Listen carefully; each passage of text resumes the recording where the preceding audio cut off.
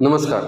आत्ताच रिसेंटली एक स्टेटमेंट भारताचे जे पंतप्रधान आहेत त्यांचे जे इकॉनॉमिकल ॲडवायझर आहे संजीव सन्याल यांच्या माध्यमातून एक स्टेटमेंट UPSCच्या संदर्भात देण्यात आलेलं आहे आणि कुठंतरी ते स्टेटमेंट जर विचारात घेतलं तर ते काही प्रमाणामध्ये योग्य पण वाटत आहे. ते काय म्हणले बघा की UPSCच्या बाबतीमध्ये की एक म्हणजे UPSC जी आहे हे one type of the waste of the time आहे असं यांच्या माध्यमातून मेन्शन करण्यात आलेलं आहे. म्हणजेच Sanjeev Sanyal calls UPSC pursuit a complete waste of time. Why said का असं म्हटलेलं आहे तर त्यांनी त्याच्या संदर्भातले काही अशा प्रकारचे उदाहरणं देण्यात आलेले आहे.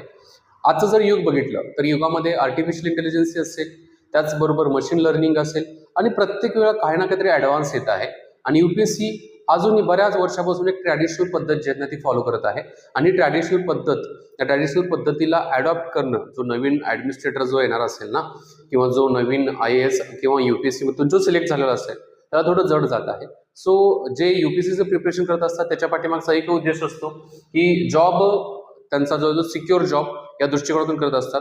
बट हा काळानुसार बदलणं गरजेचं आहे आणि त्या दृष्टिकोनातून बघितलं तर UPSC मध्ये पण काही चेंजेस करणं तितकंच गरजेचं आहे. आता मी म्हणेल जर यांच्या माध्यमातून म्हटलं जात असेल तर त्यांच्या थ्रू सरकारला असेल, त्याचबरोबर UPSCचे जे काही हे आहेत त्याच्या अध्यक्ष वगैरे असतील, त्यांचे जे काही सदस्य असतील त्यांच्या माध्यमातून काही ॲडव्हान्स पद्धती जी आहेत जे आत्ता इम्प्लिमेंट केली जाते ना तशाच पद्धतीची इम्प्लिमेंटेशन UPSCच्या बाबतीमध्ये करावं आणि त्याच्यावरती फोकस करणं गरजेचं आहे कारण त्यांच्या हातात आहे त्या गोष्टी ते करू शकतात बघा. ओके, म्हणजेच एक जॉब स्टॅबिलिटीच्या बाबतीमध्ये UPSCकडे बघितलं जाते, बाकी नाहीये. बट याच्यामध्ये ॲडव्हान्स म्हणजे काय तर ॲडव्हान्समध्ये अप्रेंटिसशिप्स पद्धत असेल, स्किल डेव्हलपमेंटची पद्धत असेल, त्याचबरोबर आधुनिक पद्धतीची UPSC एक्झाम प्रिपरेशन्स असतील, एक्झाम असेल, त्याचबरोबर सिलेक्शन जे केलं जातं ना त्याची एक आधुनिक पद्धत असेल, अशा बऱ्याच गोष्टी काय तर करणं गरजेचं आहे असं यांच्या माध्यमातून म्हणण्यात आलेलं आहे बघा. मुद्दा त्यांचा बरोबर आहे काही प्रमाणामध्ये, त्याचबरोबर ते याच्यामध्ये आहे तर रॅपिड टेक्नॉलॉजीमध्ये पण फोकस करणं गरजेचं, अशा बऱ्याच गोष्टी त्यांच्या माध्यमातून सजेस्ट करण्यात आलेल्या आहेत.